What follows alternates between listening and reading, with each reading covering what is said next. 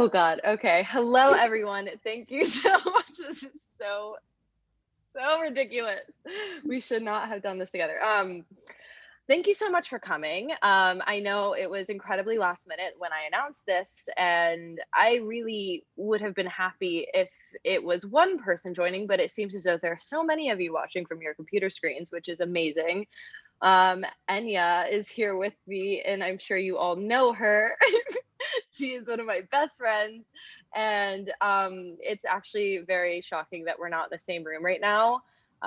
So from the comfort of our own rooms, we are here. It's for the better, because even even just being on this like pseudo FaceTime is so much like. I know. I feel like this is very professional for us. Anywho, we are here to celebrate Film for Her, and one of the reasons why I wanted to ask Anya to join me is because so much of the friendship that I've shared with her over, we've been friends actually for some time now, but it wasn't really until the past 3 years that we got really close. And there was this sense of reassurance in my life when you came into my life, the way I view platonic relationships. As a writer, it's very easy to focus, and you're a writer as well, and obviously you can, I'm sure, relate to this. It's very easy to focus all of your attention and your art into the romance in your life and also yourself and like what you're dealing with, that you seldom ever reflect on where you gain the most love, and that's from like your family and your friends. And yeah, it wasn't really until the past 2 to 3 years that I realized that with how close we've gotten and like our group has gotten, and this funny sense of home that we've tried to make in a city that doesn't belong to us. So it's been wonderful. And so, yeah, so much of you guys live in this book, and it's so important to me. And I'm just happy to have you here. Thank you. You have no idea. I know this is such a cheesy thing to say, but you really have changed my life. And to be a part of this is an honor for me. And to know that I've affected you as much as you've affected me means a lot to me. I think especially as a woman who doesn't have a lot of relations with women, for you to like accept me so fully and be such a grounding person in my life. And I just feel like we've gotten so close, especially over the past year. I'm like literally, there are tears in my eyes. I know. I'm like borderline about to tear up. I'm like trying to choose my words so I don't like. Like we're 5 minutes into this.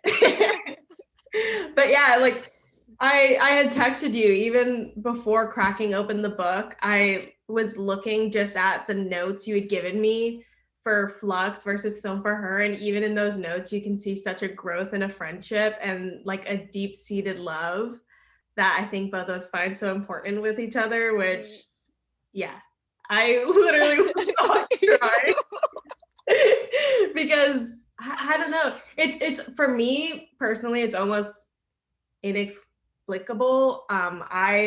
Although a writer, like as you were saying, it's hard for me to express my love for platonic friendships, but I just have such a deep love for y'all, and especially as two people who I think we see family at a very high value. Yeah. The fact that we've been able to find that high value of family in non-family members is a really beautiful thing, and I'm so grateful for that. I know, it's truly like it's really hard to explain. I feel really lucky, and yeah, it's been fun. It's only gonna get even more fun from here on out. Like we're just, I think, with writing the book, it really put me in a sense of like, I know there can be a bad correlation with romanticizing things. Obviously, there are negative aspects to it, but I found myself, as growing closer to you and growing closer to everyone, romanticizing these like moments that you know, in that time felt, you know, just very mundane and very passing. And, you know, like it could literally just be us driving in a car down the PCH, like the most average thing to anyone else, and finding poetry in that and finding beauty in that. And so basically it was just really easy to find things to put in this book, when reflecting back on every moment that we've all shared together. And like you said, kind of like coming from a very similar background of reflecting on your family, that who, you know, we're obviously very close to. And you're like the first friend of mine that I have that we could, you know, have conversations about, you know, being children of immigrants as well. And coming from like the same, like we're both from Honduras, which is also really weird. And I used to be so ashamed of having, you know, a mother that is, you know, very Spanish speaking and has an accent and is so deep rooted in her own culture. And because I grew up in a very, you know, whitewashed town, so it was embarrassing for that. And I would always try to push that away. And having you to talk to about that, because you can relate to it, opened up this like insane portion of myself, of this appreciation that I never had for even, you know, my own family, and something that I shouldn't be embarrassed over, and I'm not embarrassed over it anymore to talk about. I think it's a beautiful thing. And to see where you come from and that growth, and where you can, you know, ultimately be from how little you were given. Because all you really need is that love. You don't need money or, you know, a big fancy house or nice car. I think it kind of goes to show you how much love can really still push you along and further you in your life, whether that be career or your own relationships with other people. Um, so yeah, I'm super excited for everyone to read the book. Um, I didn't know if I was supposed to like read passages, because typically that's Well, I have a poem too. I need you to read, because one of them I remember the night you read it to me for the first time, and I just remember being in shock, because obviously I'm very aware of the fact that you are a writer, and a very well-rounded one at that. Um, but sometimes I think because we are such clowns, especially when together, yeah. we love a good hee hee ha ha. So when it Yeah, gets of down course. to you reading something to me that you've just, I don't know how to explain it, but it's just the aura of Orion is like, it's hee hee ha ha. She can be very serious, very stern with her morals and her ideologies, but just there's such a tenderness and goofiness to you that it is almost comical to imagine you going back to your apartment and like just like hiding away in your corner and like writing these super Right. profound poems that then I see, and I'm like, I can't believe this fool just left my house after being here for like 24 hours and us being on TikTok, like just like being goofs, and then turning Yeah, around and doing that. And I personally, I'm gonna need to hear this one from the woman herself. I'm Um, scared. 28, Oh, Attic Tragedy. you know, I actually had that one marked. I was gonna read. I'm like, that one was marked. Yeah. Okay. Um. So yeah, this one's crazy. Attic tragedy. This feeling is fleeting. Desire. What better way to feel something or nothing at all than to tell someone you love them when you don't mean it? Lust, both ferocious and uncompromising, yet more often than not, it's a rush we all willingly, blindly seem to chase. I've longed to trace my fingers across your delicate terrain, limbs entangled, heavy in this bed we've made. In the darkness, I can feel your heart beating on the corners of my shoulder blades, and I know that there's love in there, both pure and divine. So intense, I can hear it pierce through the stillness in your studio apartment. It's just not for me. It's waiting to be held by someone else. Um, I remember when Yeah. you first read that to me, I was literally like jaw dropped because I just couldn't believe it. Like there's no other way to describe it other than like, especially that first part of just the idea of saying such a strong thing and knowing that it may even be true in some ways, but in the way that it's being told, maybe it's not true. I don't know. I'm reading it for myself and how I Yeah. picture that, but that seems so intense to me.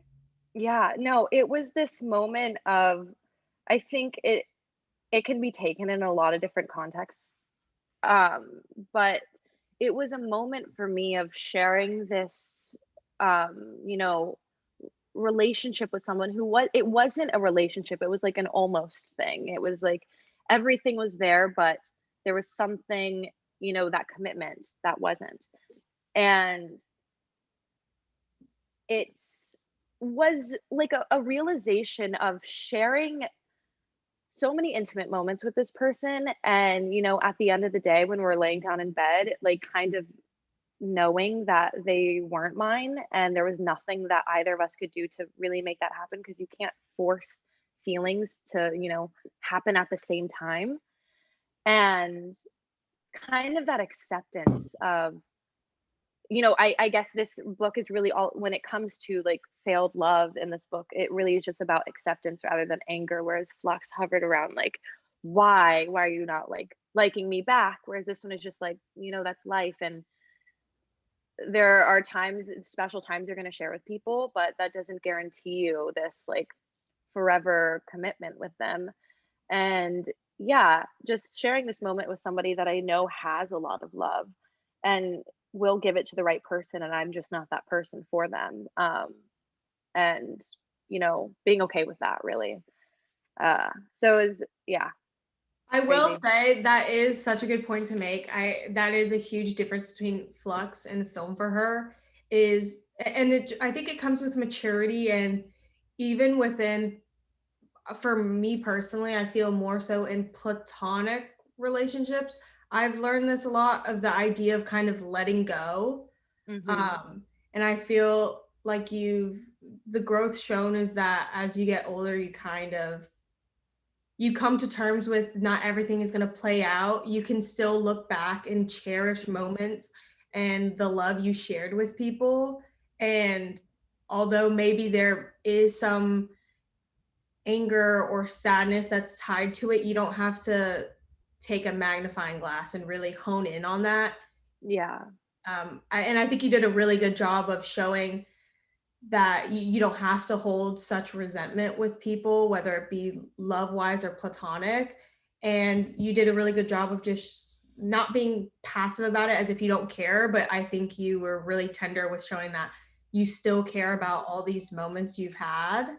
Um, but you're not holding any anger or resentment. You're kind of looking back and you're being like, with everything said and done, there was love. And Yeah, yeah, at the end of it, I mean, in whatever form it takes. Also, I'm going to, my AirPods just did the, we're about to die because I'm irresponsible, didn't charge them before this. So I'm going to switch audio really quick. Sorry, everyone, I'm irresponsible.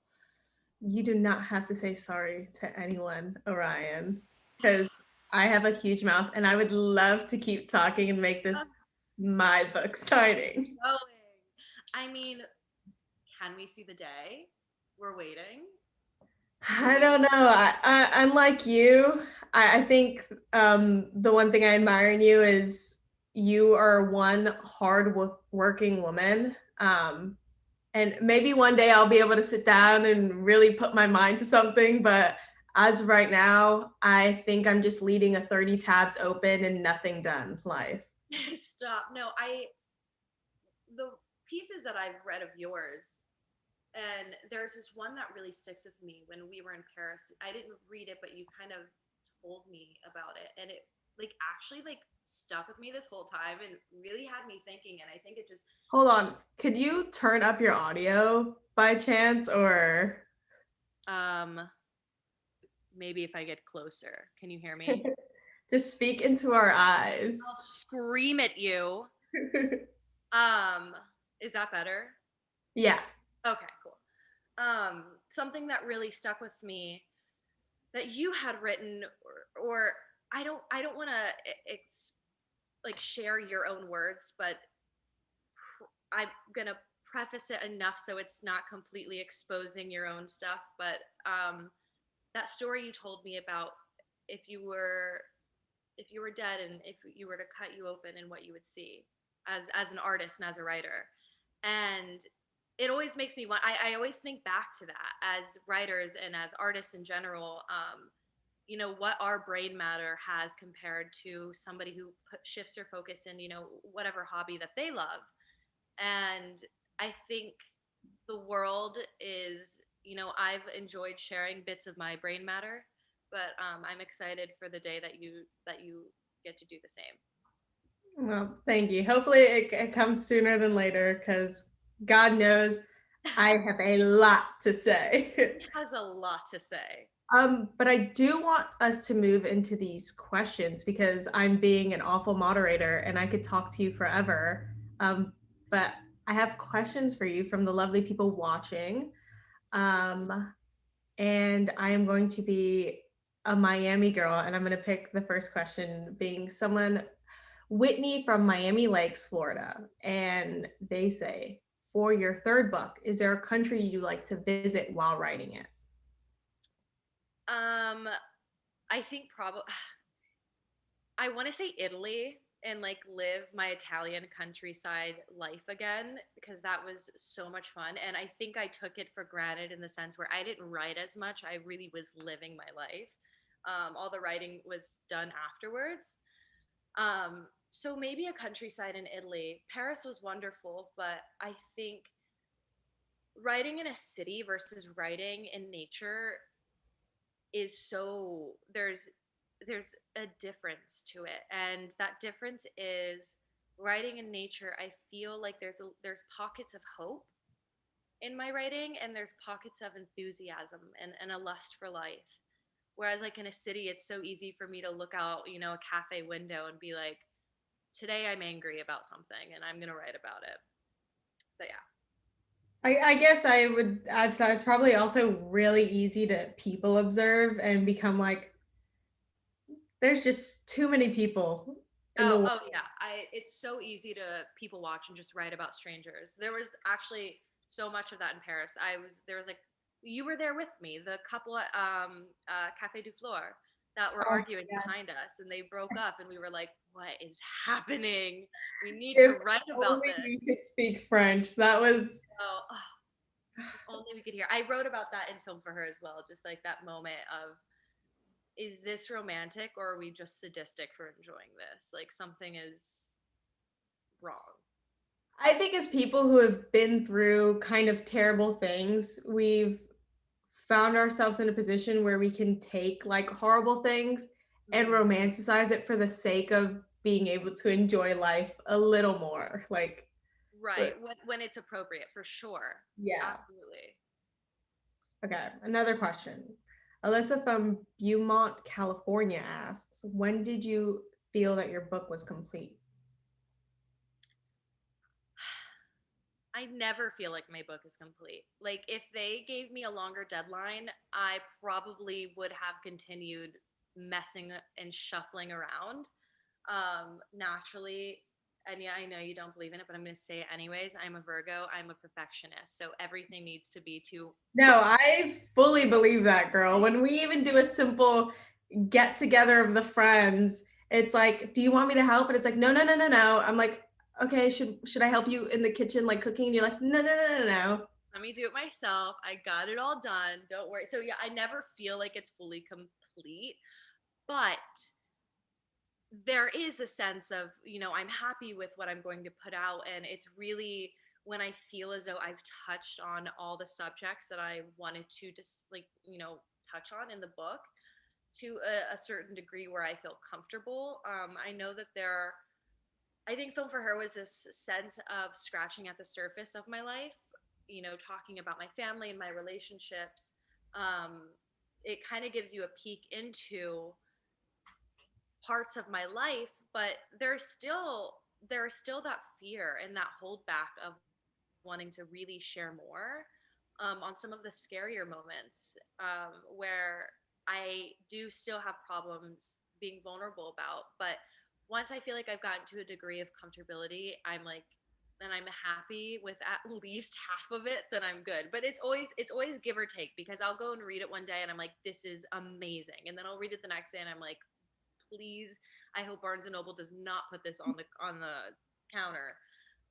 But I think every writer is like that. You have a love-hate relationship with your own words, but once it's out for everyone else, it becomes a bit easier. Yeah, I would say that's probably like every artist's like uphill battle is like the second you're done with it, you're like, wow, wow, wow, wow. And then you could literally go grab a cup of water and come back to your desk and be like, what What did is I just do? What did I just do? Yeah. Okay, this is an interesting question. Celine from Tomball, Texas. We're learning that I can't read. Which poem was your favorite to live? P.S. I adore you. Oh, I've never been asked that question before, actually. Yeah, I've never That's a really good seen a one. question My like that. favorite to live. I genuinely want to recount like all of the ones that I've written about you guys, which there are a few. There's coming of age, dancing queen. Could it be that we're the lucky ones? Um, oh, there's one about actually it has your face in it. All of those I would say were my favorite to live because platonic affair.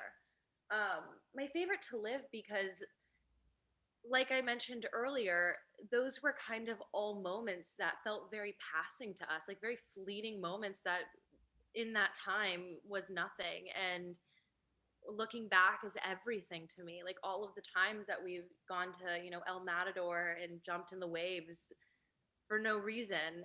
And the in Dancing Queen, writing about New Year's Eve, I mean, we didn't know that 2020 was about to be the worst year possible, but that New Year's Eve party was so much fun, and it happened, we did it so last minute and everyone came and we had the best time.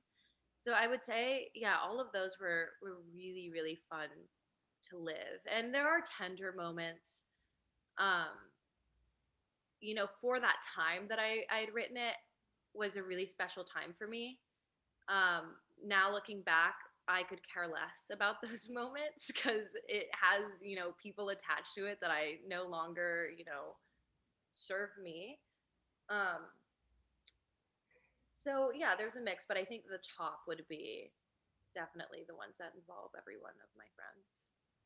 It really is insane how we are cursed with the plague of being able to romanticize even like a few months ago. I've gotten into conversation about this a lot. I can even right now, with as crazy as this year has been, I can't even look back at March, April, and June and be like, wow, wow, wow. If only I could go back. If I could go back and just be locked in my house and like just FaceTiming you and like making bread for fun. Literally, I was looking through my camera roll and I found like a picture of hot coffee that I made that there's nothing to this photo. I wasn't doing anything. I don't even know what I did that day, but I saw that coffee on the counter, which I could make right now. And I was like, I just know that coffee. But see, that's the crazy thing about life in general, because I'm sure when we were living those moments, we were probably miserable about something.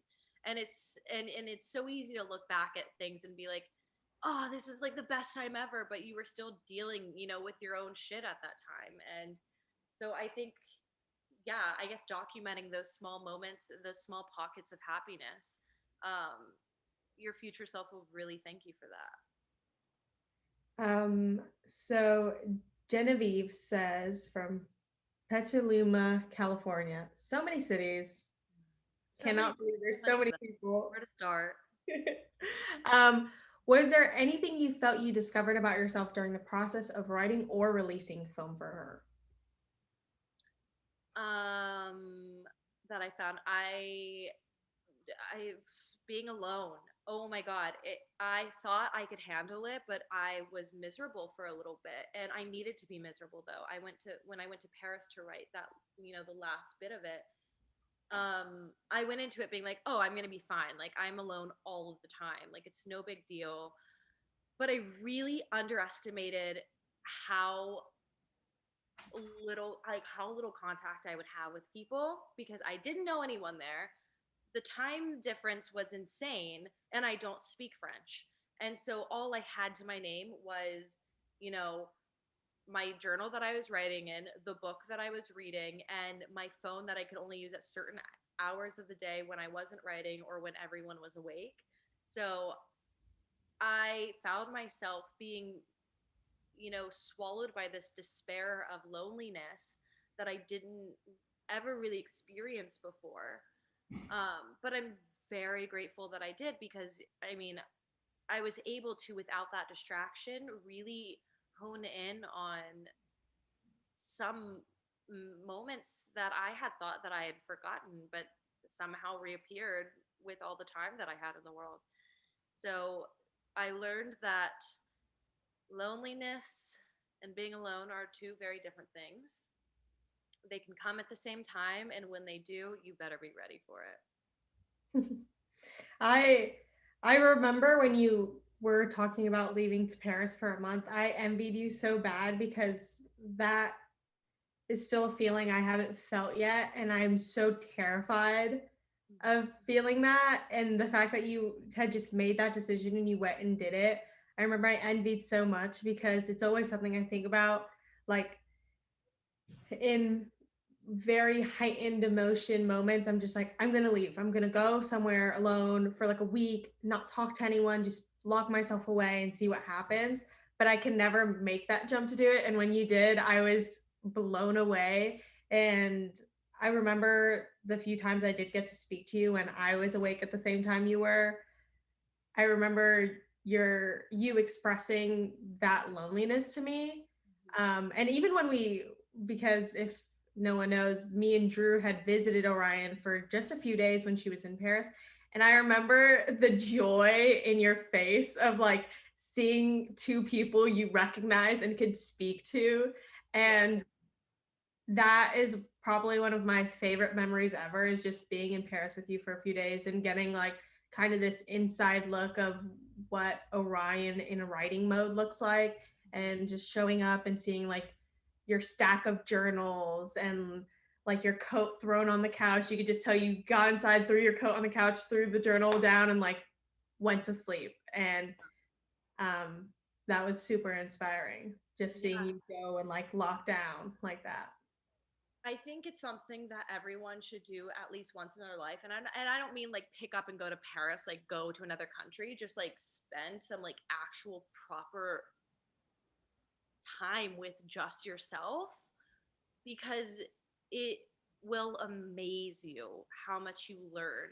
Um, there's like it amazed me how insecure I thought that I had basically be nearly all of my insecurities. Obviously there are still some, but so many resurfaced when I was alone, and I didn't realize that they were still there. So it was great to have them resurface because I was able to kind of hone in on that and work on that and really understand where that came from and how I can you know not fix it, but well, eventually fix it, but better myself in that way. Yeah. And maybe one day I will be ready to do that, but I'll visit you. I'll go.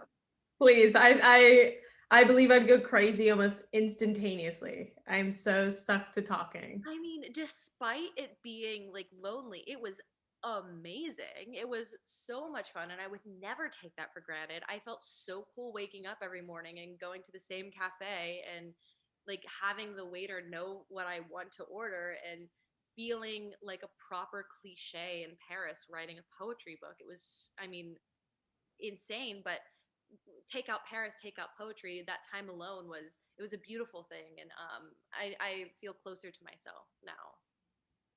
That is amazing. And Alex from New Jersey. I'm over saying the city names. I'm sorry.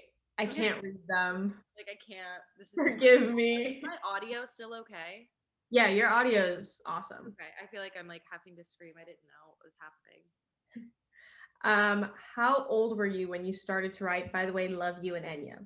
Love you too, Alex. Thank you for joining.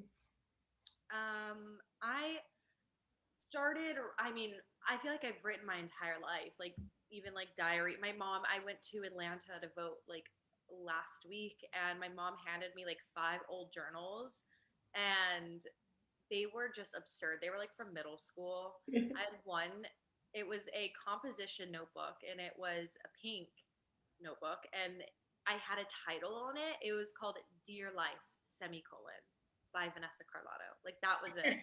Like, the most angsty thing I'd ever read in my life.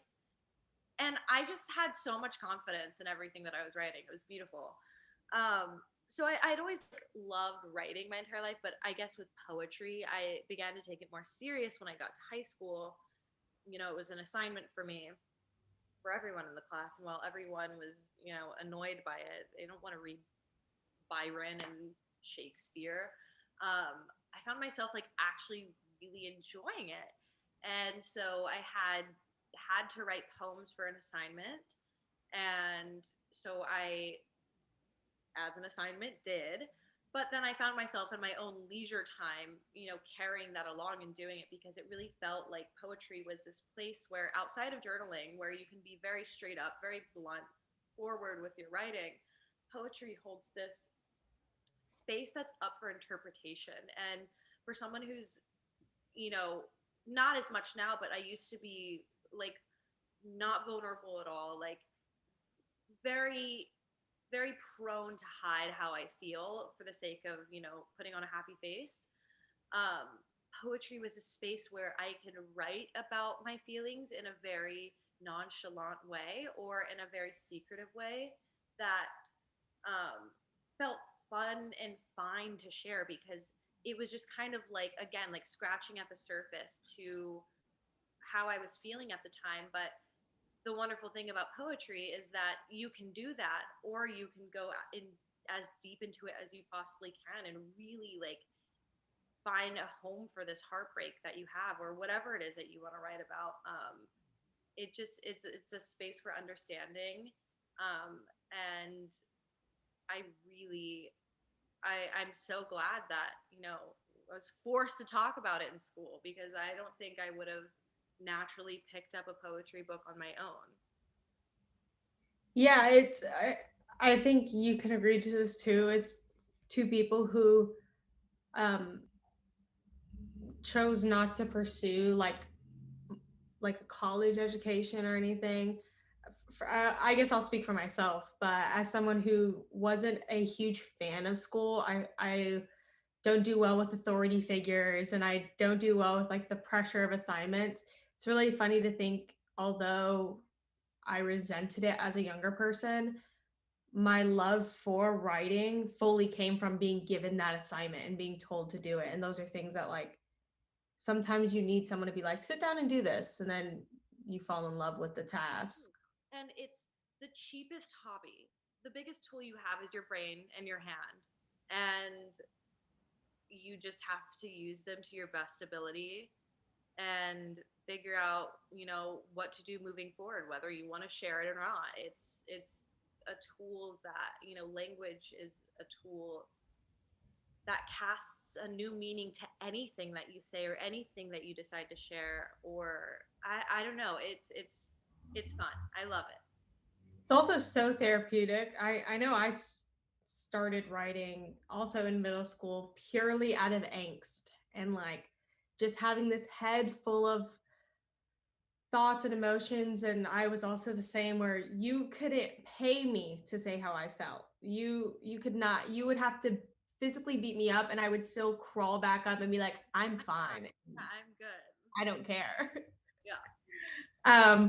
So it is also so therapeutic. Like, I beyond anything, it just feels, it really does. I've always described it as, it just feels like taking your skull, cracking it open, and like pouring everything out, and then you just have this fresh new brain, and it's like, oh, I can intake more things. Better now. Yeah, it's exactly that. Okay, and then here is, I guess we were just talking about this, but Rosa from California says, "How do you deal with your emotions when all you want to do is run away with them?"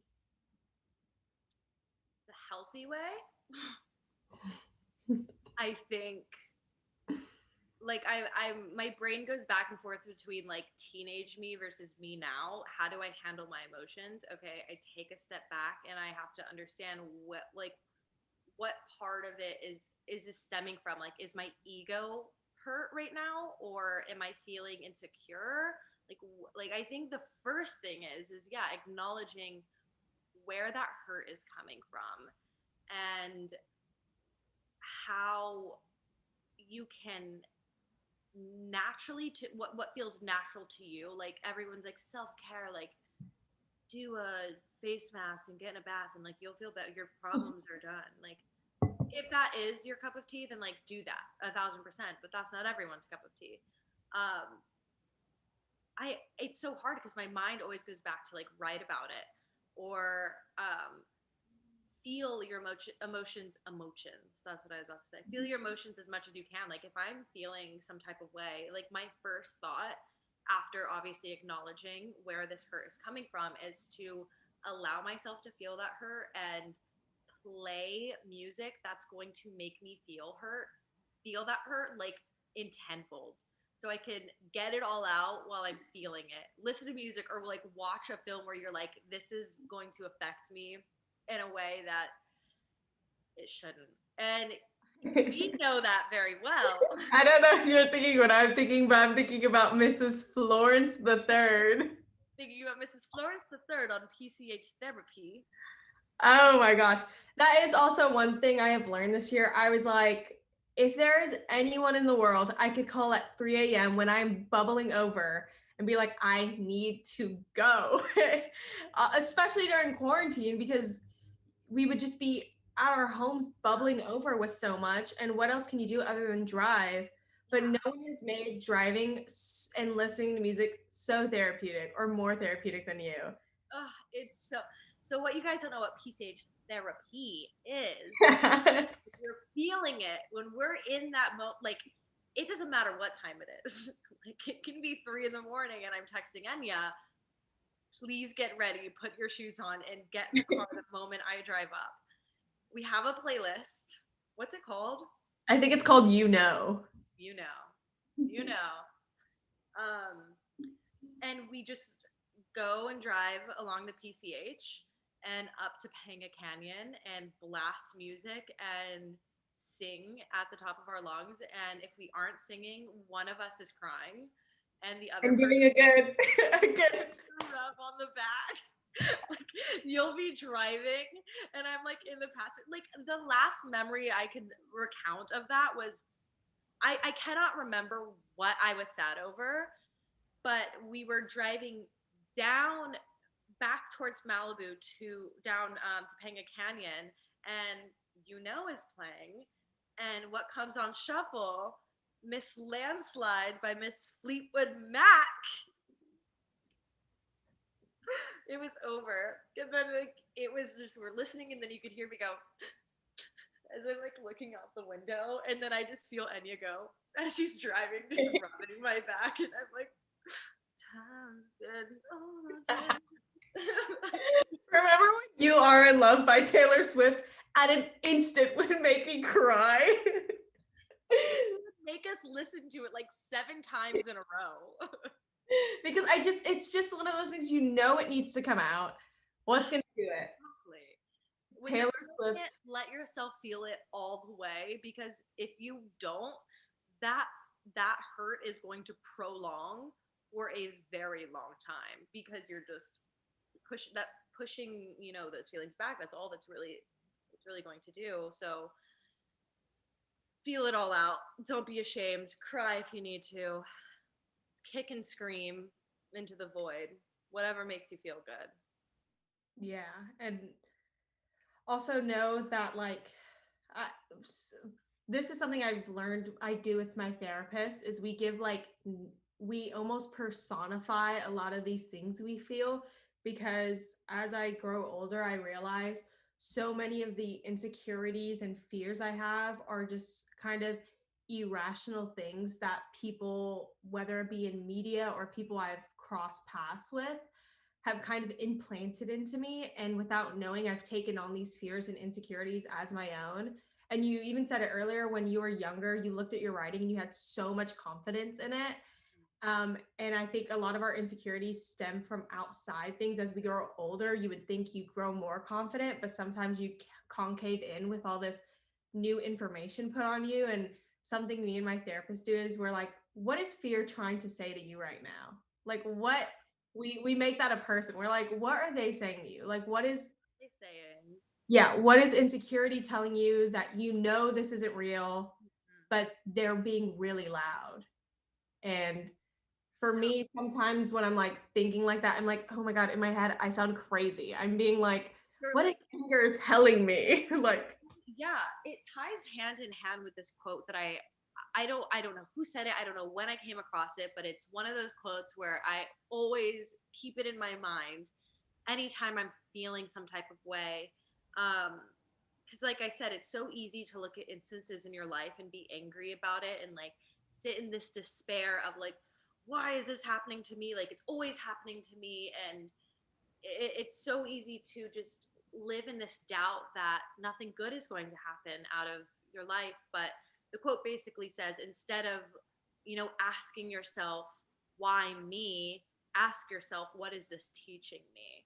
And you can take every, time in your life that you are feeling that despair or anxiety or angst, and instead of, trying to, you know, kickbox it, you can, take it by its hand and ask, like, what are we learning?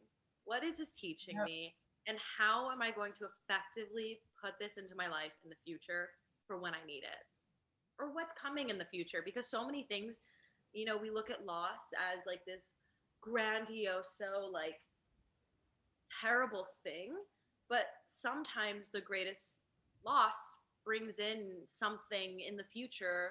It's leaving and making space for something much bigger than what that is. yeah, and being able to accept your misfortunes and realizing that any misfortune you go through is opening way to something that you're going to be very grateful for. I think keeping that in your head makes it really easier to take huge blows. And it just makes life easier if you also just like kind of letting go. And I know it's kind of easy for maybe someone younger who looks at us and thinks, well, that's easy to say, you're already there. But at one point, we weren't here and we were in misfortunate circumstances, whether that be financially or socially. Um, and really letting go is what kind of frees you to moving forward. And yeah, it's very freeing. Well, that's happening. They are not free, they are angry. They are angry. um, Karen from California says, I love the title Film for Her very much. What about that title made it feel right for this book? And what does Film for Her, both the title and book itself, mean to you? So, Film for Her actually didn't start off as a book. It started off as a side Instagram account where at the time I had just, purchased my very first film camera. And it was a point and shoot camera that I got from a Goodwill in Georgia for $5. And the hand, I think there's like one photo in here where you can see it. It looked like a little VHS handheld.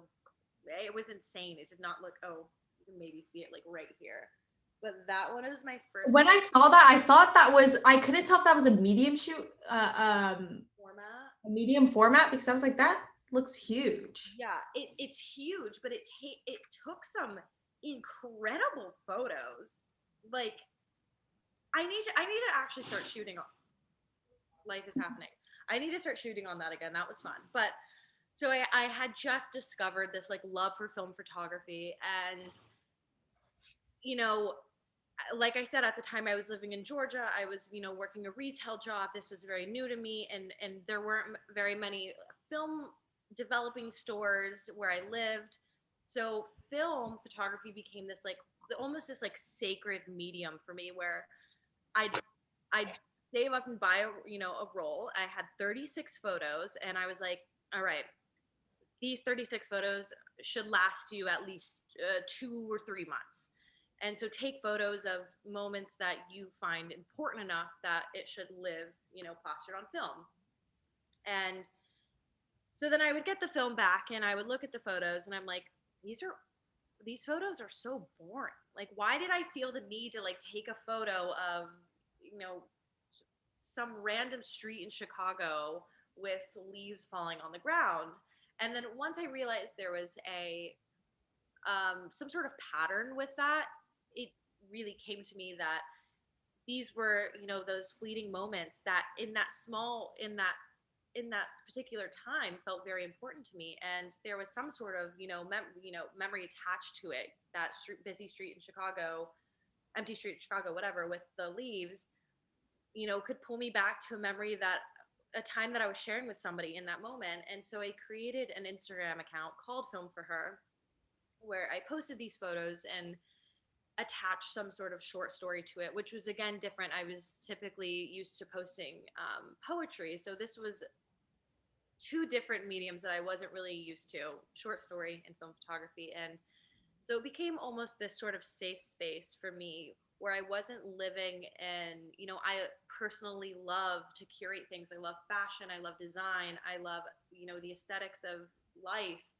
And so all of my other content is very curated into this, little world that I love to live in. That Film for Her was just, it was like the real parts of my life that wasn't, the designer bags and the fashion weeks and everything of that sort. I mean, there are moments of that in there that are important, but it was, yeah, intimate moments. So started off as an Instagram account, and then I really, really fell in love with that project. And I was like, you know what? It could easily turn into a book. I can stop posting on the account and save all the content for something more tangible, because it seems as though other people are enjoying that as well.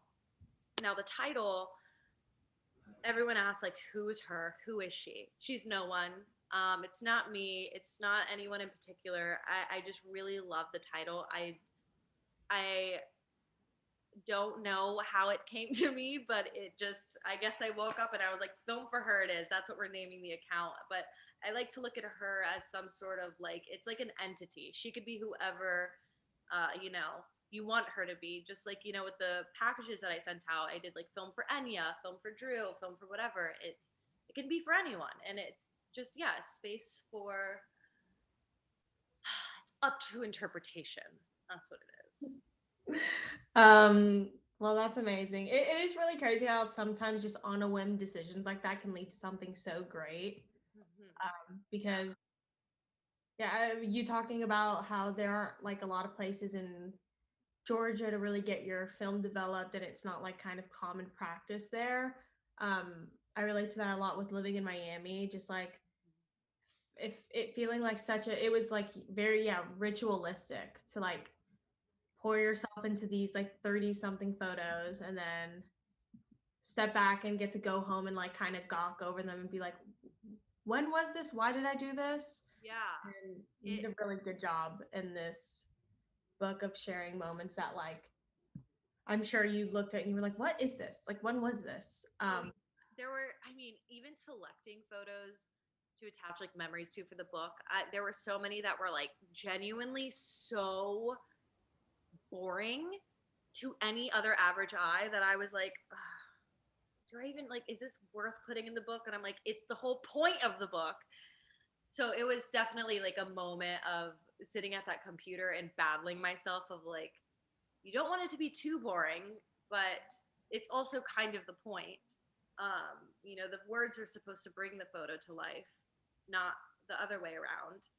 Although as two people who like love a good photography book, it's so easy to look at other people's photography and be like, mwah, mwah, mwah, and then like look at your own photos and be like, what is this? Like, what was I thinking? Actually, that was like a big thing that I wanted to stress as well when I was pitching this book to my publishers. And like also just like talking about it at first, I was like, I want to preface, I'm not a photographer. Like, don't call me a photographer. I'm not, because I don't want anyone to sit here and look at these photos and be like, this is the worst photography I've ever seen in my life. The composition, the colors, and I'm just like, I'm just having fun, and it works with my words. There's stories attached to it. I promise it's much better than that. Yeah, it's you're not giving yourself enough credit. The photos in this book really are beautiful, and they're the perfect amount of slice of life and really well composed photos. So thank you. any photographer who wants to fight, I will take you up in a boxing ring if you have anything to say about Orion's photos. Okay, we only have 8 minutes left, so I'm gonna like try and scramble and pick like 2 more questions that we could fit in. So Kim from California, this is still on photography since we're obviously very into it right now. What is your favorite aspect about shooting on film versus digital? Yeah, film is just sacred. It feels more romantic, you know, the grittiness and the grain to it. Depending on the camera you shoot with, the colors, or the film that you shoot with, I'm sorry, the colors. It feels like there's very little effort into it, but when you get it back, it feels so much more magical. Like getting that email from Gold 1 hour photo is like a source of serotonin for my brain. And the anticipation of it too, like the refreshing your email and being like, yeah, where like am I? it's like, it's romantic, it's fun, and it makes everything look better. Yeah, and I think it is like there's something about feeling like, okay, I have this one shot left. Like when you talk about all these passing moments we've both been in the position where we run and we're like, I have to take a picture, and we run and dig in our like tote bag and we pull it out. And it's like, there's only one picture left. Like, make it the best. And it's so funny because we have our phones on us in this moment, but it's just like knowing what film can do to a moment. It really makes you be like, okay, this is my one photo. It changes the dynamic of it so much. Oh, it's wonderful. Oh, I love it. It really is magic. I'm like trying to learn. I mean, you've already tried your hand on it. I'm learning medium format right now, and in a way that I want to take photography more serious with that. So maybe next year I'll call myself a real photographer, but right now I'm just having fun. Well, I already consider you a photographer, girl. You've curated so many of my photos on my page, in this book, for your own page. You are a photographer. I don't care what anyone has to say about it. Okay, last question is Andrea from Houston, Texas. If you could tell your younger writing self anything, what would it be? Love you, and I'm so proud of you. Thank you. I love you too, and that means so much to me. I say this all the time because I can't stress it enough, but something I would tell my younger self, and to anyone that's writing, whether you are young or you're, you know, my age or older, the greatest disservice you can do to yourself as a writer is to compare your work and your progress to your idols, to the people that you love, like the writers that you love, the books that you love. That's the worst thing you can do, because like, you're fucking with your insecurities. Like, you don't need to, you know, do that to yourself. But two, I think the reason why we are drawn to our favorite writers and our favorite books is because it was written from their perspective and their point of view and their voice. And if you spend so much time comparing yourself or trying to be as great as, you know, so and so, it's stopping you from finding kind of like your own writing style and your own voice.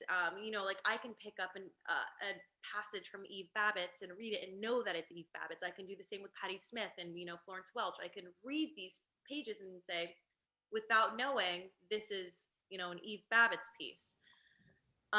So to not compare yourself, to your idols, to who you love, and continue to, you know, hone in on what you love to write about, but also challenge yourself to write about things that you're not good at. Like, Film for Her was a big challenge for me because I was so used to writing about romantic love and I could never find the right words. And I knew I wanted to write about my platonic relationships and my own insecurities and my own family. It was a real challenge because I didn't know how to start, or where to begin, where to end, if it would resonate the same way that a love poem about a lover would. So challenging yourself is big, and not comparing yourself. Yeah, and I fully agree with that, because compare and despair, it's like the worst. It's the biggest default like punch to your own gut that you can do.